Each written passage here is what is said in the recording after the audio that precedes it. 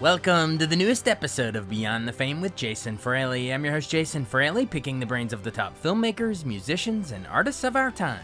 Richie Furay was inducted into the Rock and Roll Hall of Fame in 1997 as a founding member of Buffalo Springfield. He called in to discuss tomorrow's release of his new album of country duets called In the Country, as well as memories of meeting Stephen Stills and Neil Young to form Buffalo Springfield in 1966 for a string of iconic hits like For What It's Worth. Hey, Richie Furay. Hey, thanks so much for joining us on WTOP. Good morning. My pleasure. Of course, legend of, Buffalo Springfield. That's what you're in the Rock Hall of Fame for, Poco, so many things over the years, and we can get to all that in a minute. But first, the main thing we want to talk about is you're releasing your first studio album in 7 years. It's called In the Country. I believe it's going to be out on July 8th. So tell me about this new album. You have a couple cool guest appearances, and just what we got. What a challenging and fun project. Val Garay, the producer who I worked with in 1979, brought up the idea to do this album of country standards or country hits, basically. And we started putting our list together because I wasn't sure, how far back he wanted to go. But when the very first song on my list was the very first song on his list, I knew we would be on our way to something. And so we just put 14 songs together. Actually, there's 12 and 2 bonus tracks. But what a fun project, and I'm just so excited that Val came and asked me to do this project. Awesome. Remind us of some of the big names. There's some real big names everyone's going to know that join you on this album. Well, probably between Vince Gill and Timothy B. Schmidt, those are the 2 big ones. Of the Eagles, of course. Yeah. Yep. And Jason Sheff of Chicago, John Barry. This is it's stacked. Tell me about, as we prepare to pick up this album, break down a song or two. Let's highlight a song or two, so which, tell me a song you want to talk about. Well, the very first song on the album, Somebody Like You, that was one of the songs that I really wanted to do. Number one, Keith Urban is just, he is just such the real deal, He writes, he sings, he plays, he's just a great entertainer. But this song, there is just something about the melody of the song that is just so fresh. You cannot hear this song without feeling good. In fact, I played it the other night in Nashville and just had the audience sing along, and everybody was singing because this song just makes you feel good. And, part of the why I would ever want to make a record is I want to make music, make people feel good. And this song here just really spoke to me in that way. Then there's songs like, I Hope You Dance, which I just loved Leanne Womack, and the song just really touched my heart. There's one other here. Let me just look at this. You got Walking in I'm Memphis. Already There. Oh, I'm already there. The Lone Star song. Some songs, I'm telling you, when they first came out, and even when we started to choose this one, I chose that song also. But I'd be driving in my car just listening to it, trying to get it memorized and everything, And man, I just started breaking down crying. Oh, one is... and here I am talking about songs that make you feel good, but also songs that just reach deep down in your heart for personal experiences, Oh, I'm the sunshine in your hair and the shadow on the ground. How do you not get goosebumps when you? Oh my gosh, I just love that song.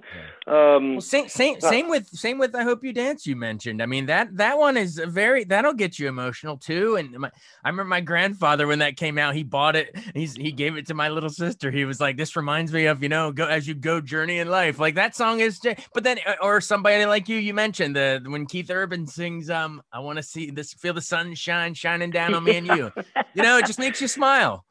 I know it does. And with I Hope You Dance, every single line and every single thought is such a positive thought. Right. I hope you never lose your sense of wonder. You get your fill to eat, but you always keep that hunger, and never fear those mountains in the distance, but don't settle for the path of least resistance. Yep, It's just, these songs, I don't know. I really feel like all of the songs that we chose and we picked, just have some positive right now, I just really believe we need that in our lives. We just need a really positive outlook. And some of the songs, they're not quite in the same vein. I picked a Ricky Nelson song because Ricky Nelson had such an influence on my life with Ozzie and Harriet back in the day. And I picked Lonesome Town to do. And I don't know, these songs are all special songs. And I really hope that when people get a chance to hear them, that they're actually hearing, like, I guess today, young people, I guess they make their own little playlists. And that's what this album is to me. Right. This is my playlist. This is your Spotify playlist. That's it. Oh, well, thanks for walking us through a couple of them, because they are some of my favorite country. If you can't tell, I'm a big country fan as well as I can tell. but yeah, you plucked out some of the great ones from over the years. So it's going to be, we encourage all our listeners to check this out. It's a great collection. Well, awesome. Well, whenever I have someone famous like yourself on, a Rock Hall of Famer, I love hearing about, your whole journey and everything. So, take me back to the very beginning. Where'd you grow up? How'd you get into music? I grew up in Yellow Springs, Ohio, a little small town near Dayton. And, music wasn't really a big part of my family life. My dad liked to listen to the radio and my mom sang in the church choir. But other than that, it was just something that I wanted. I asked my parents for a guitar when I was 8 years old and for Christmas. And they brought me this. Oh, God, I came downstairs. I can't even tell you, man. And I looked underneath the tree and saw the shadow of this guitar there. And it was, when I got up close, man, it was this puke green with cowboy scenes all over it, gut string guitar. And I walked it upstairs. I said, I want a real guitar. I don't know what I was thinking of the day, but anyway, they were really gracious and I'd love to have that guitar right now. Right. But, exactly. Santa was working hard for you. You just didn't get it. As time went on, music began to pick up for me a little bit. In college, it was folk music. And, actually in high school, I was like the little Anthony and the Imperials. I was the lead singer for some of the upperclassmen that sang some doo-wop music, Dion and the Belmonts and that type of stuff. And, then I went to New York in 1964, though, to be a folk singer. And I met Stephen Stills back there. The legend, and we put a little group together. When it broke up, he moved to California. And, I didn't know what I was going to do at the time. I knew I still wanted to play music, but I also wanted to eat. So I got a job up at Pratt & Whitney Aircraft for a while because my cousin he was an executive up there. And then a friend of mine who lived across the street from me in New York brought the Byrds' first record up to me to listen to and said, you got to hear this. And when I heard that record, by the way, the friend was Graham Parsons. Oh, my gosh. And when I heard the record, I said, I got to get a hold of Stephen and find out what he's doing. And he's got back to me after a while, and he said, man, come on out to California. I got a group together. All I need is another singer. And so I told him I was going to get my affairs all in order, and I'd be out there soon. And so when I got out there, Stephen and I were the band. There was no band. It was just me and him. Wow. So that was kind of a crazy time. And, when you're living it, when you're going through it in the moment, it was a little bit of a shocker. But it all worked out for the better because Stephen and I sat in a little apartment, and we learned all of the songs that he wrote for the first Buffalo Springfield record. We learned how to harmonize. We learned how to sing in unison. We learned how to phrase songs together. And so when it was time to put this record, to make the record, we were really far in advance. But so the time was well spent. But boy, when you were in the middle of it, it was like, oh my gosh, what have I done? But it was the right move. And, a couple weeks into that, or maybe about, 2 or 3 weeks into that, we met we met Neil Young and Bruce Palmer. Each of us had met him at different times along the way, though. On Sunset Boulevard, Neil had come down from Canada to actually find Stephen. And there we were, man, stuck in traffic right across on Sunset Boulevard as Neil was leaving town.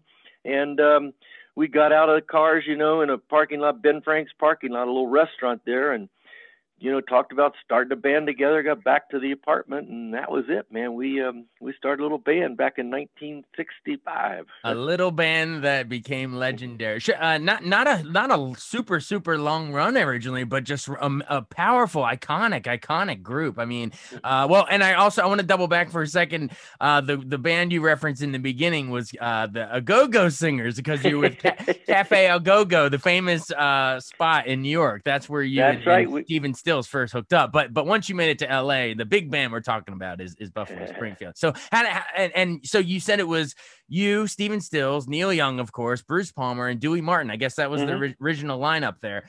Yep. How did you come up with the name? What was the Buffalo Springfield? What's in a name? Well, there was a steamroller that was working on Fountain Boulevard or Fountain Avenue. I can't remember I think it's Fountain Avenue in Los Angeles, very close to where we were staying at the time, as Buffalo Springfield. And we, vandalized the steamroller, took some of the signs off of it, came back, put it on a fireplace mantle in one of our friends' house, said, "Hey, that looks like a good name," So little did I know that the Springfield that was 9 miles from my hometown in Ohio, Springfield, Ohio. No way. Small world, right? I had no idea when we got the sign. And, one of the interesting things, after the group got started, we got a little note, or I got a note from the company who had disbanded and went on to Harvester International, and I don't know what else they kind of became a subsidiary of. But they wrote back and they said, "Oh man, it's so good to see the name out there. Have fun," and all that other good stuff. They didn't say stop using the name or we're going to sue you or whatever. Right. But they said use that name and have fun. So it was a steamroller. Wow, I never knew that. Well, you hit popular music like a steamroller, man. Tell me about that. You mentioned that very, very first album. I guess it was a self-titled album. Yeah, in '66. Tell me about, the big song was For What It's Worth. I'll get to that in a second. But tell me about that debut single, Nowadays Clancy Can't Even Sing. Remembers of putting that one together? Yeah, one day, Neil came down from Toronto to New York City, where we were still maintaining a little apartment there at 161 Thompson Street. And he stayed with me, and he played me some of the songs. He was down there to peddle songs, actually. And he played me Clancy, and I just fell in love with the song. Now, move forward to when Buffalo Springfield, because that was actually one of the hooks also, I think, that got Neil to want to be part of the band at that particular initial meeting and all, because Stephen and I had learned that song as well as all the songs that Stephen was writing, and I just shared that one with him. He kind of knew it, but I had it really in my heart. But when it was released as the first single, I really think that was a mistake. Really? Why do you say that? Yep. And I say that because the song it's just a little strange. People ask me, what's the song about? And I say, well, you got to ask Neil. I don't have a clue. Actually, I think it was about a guy in his school that was kind of bullied and all. But the song, here's my feeling. Is it like a Pearl Jam, like a Jeremy, like he's getting picked on? Like Pearl Jam? That's what I think the song was really, part of it was about.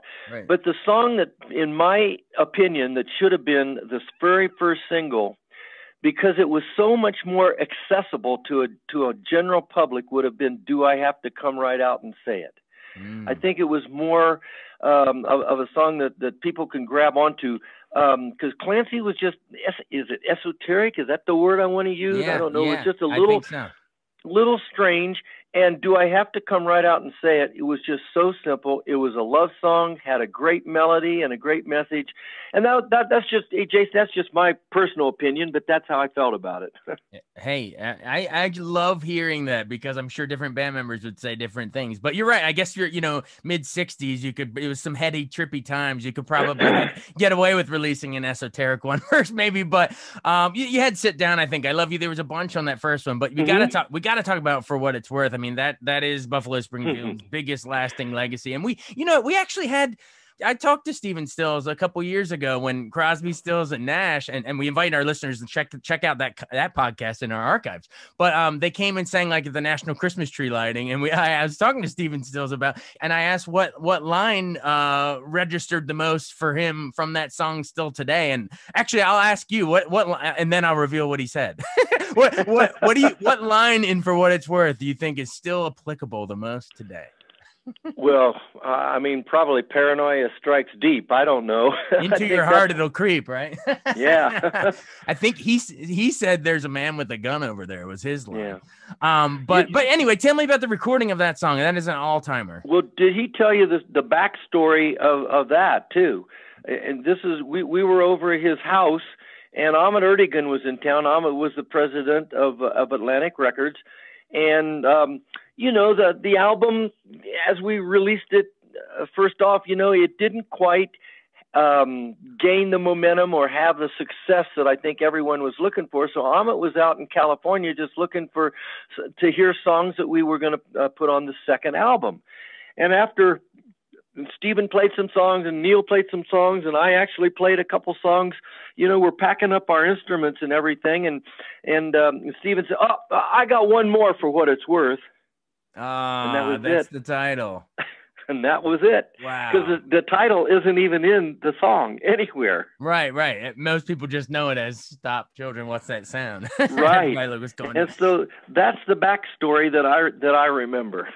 Wow, I didn't know that. You're right, and I never thought about that. Yeah, the title is not actually in it. But I guess speak in broader terms, speak to how it sort of captured what was going on in that era. The anti-war we came out of folk music, and folk music had a lot of protest music, if you will. And I when I heard the song, it went right. It went over my head just like whew, as a song, because I was into Bluebird and Rock and Roll Woman and Mr. Right. Soul, and we were out there rock and rolling at the Whiskey A Go-Go, and here's this little, "Oh, there's something happening here," and it was just a little, to me, but Ahmet said, "That's a hit. We have to record that song." And so I think we were in the studio, within just, days, and there at Gold Star. And, practically, I think most of that first album was all done on 4-track recording too. Oh, cool. Good to know. Well, you mentioned a couple of the songs on the second album, so let's dive in. It was Buffalo Springfield again. Such an original title, man. in 67, it didn't matter because you know what? The songs were great. Tell me about, you mentioned Bluebird and Mr. Soul. I guess Mr. Soul was a Neil Young, he wrote that, and then Stephen Stills wrote Bluebird. But tell me about sort of, why you think those two songs are still, loved by your fans today. I think, songs are so personal to people, and why it might be, so popular in somebody's mind. Someone might grab on to, well, I love the melody. Others, I love the story. I mean, Bluebird was obviously about a relationship. Mr. Soul seemed to be a rock and roll, Neil's, vision of just being a rock and roll player, or a star, which he turned into be quite so. But I mean, the songs were just, they were fun to play. They were songs that we were just, what do I want to say? I don't know. We the day we were able to experiment with so many different things. And as you look at even at the other songs on the album, like Expecting to Fly, something like that, we were listening to the Beatles and we heard what they were doing, and we wanted to join in that little crowd, if we could have, just experimentation. And what was so much fun was you could do a song, like Expecting to Fly, and you could do a song like Mr. Soul, but then you could also do a song like Child's Claim to Fame, which was a little bluegrassy song. So we weren't being pigeonholed. I have to say, as far as my career goes, that was one of the things that I really look back on and just I'm so happy about. We never had to be like somebody else. We want you to sound like this person or that person. There was so much music that was going on in Los Angeles at the time, from the Doors to the Beach Boys to the Turtles to, there's so much different music that people were just experimenting with. It was just a great, fun time to be making music. Absolutely a great time for music. And before we run, we got to round it out with the third album. I guess it would be Buffalo Springfield's last, not if you don't count all the compilations and stuff, but Yeah, right. it's called, because those went on for years, thankfully. But the third official studio album was Last Time Around. A bunch of songs, but I wanted to, of course, ask you about maybe the most famous one that you wrote, Kind Woman. It was the last one on the backside. So it was sort of you have the distinction as sort of writing the very last Buffalo Springfield song. Well, there you go.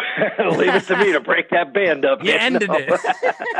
No, but memories of writing when that song came to you, and you're sort of the writing process of it.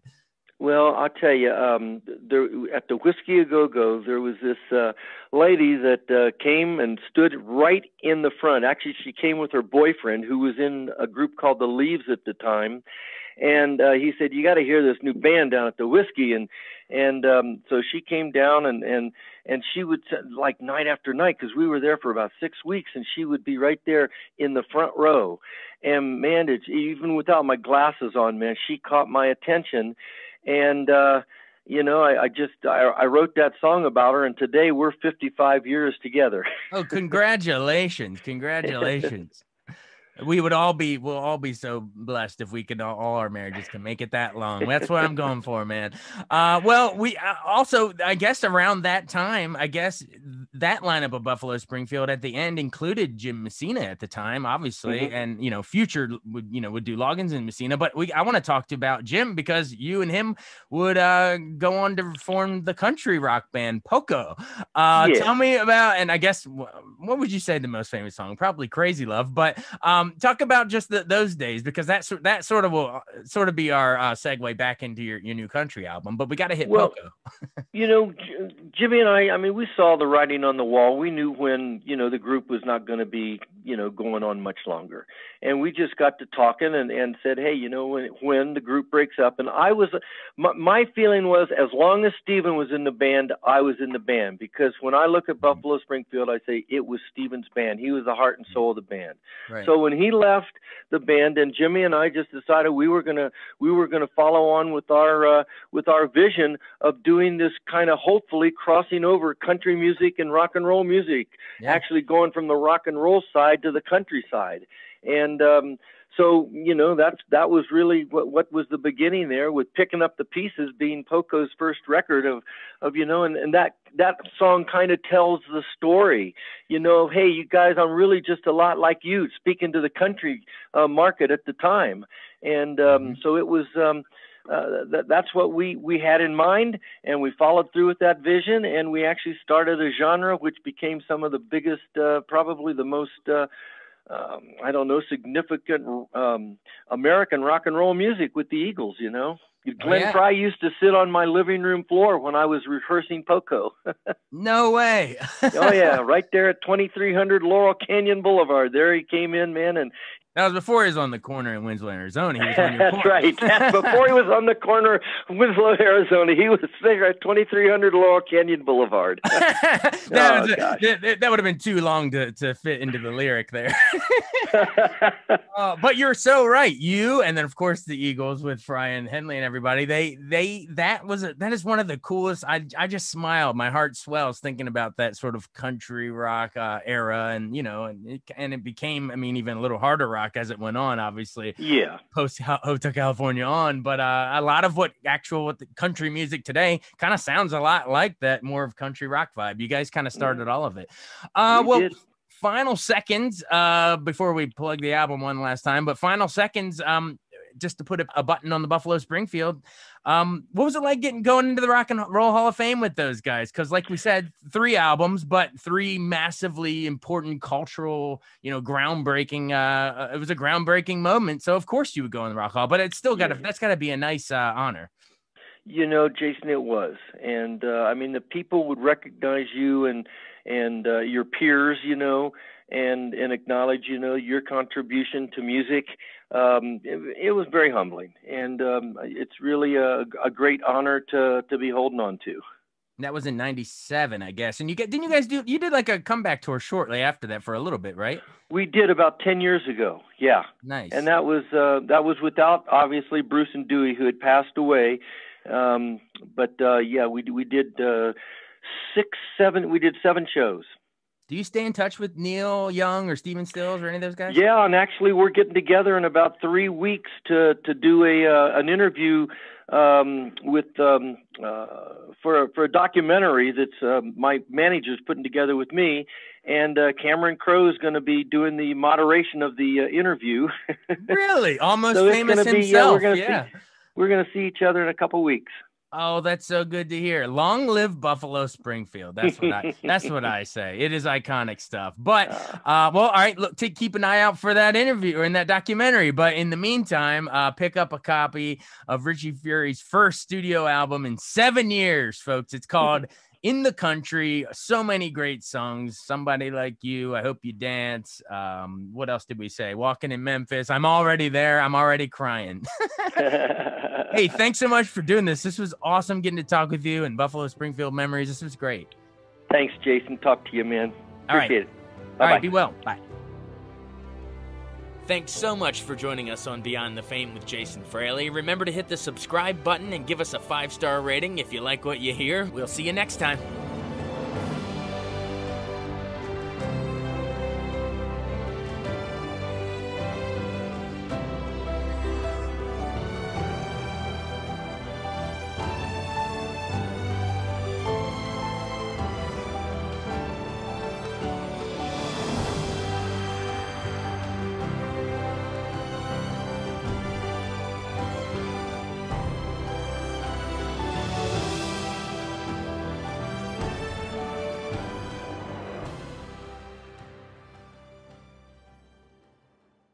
I wanted to take a second to tell you about an app I really enjoy. Living in the DC area is great, and Podcast DC gathers all of the local shows that I like all in one local app. Health, sports, local news, politics, and so much more. Podcast DC is the new local app with hundreds of DC area podcasts to choose from. I can earn exciting rewards just for listening and share the podcasts I love instantly. Available in the App Store or in Google Play, listen local with Podcast DC.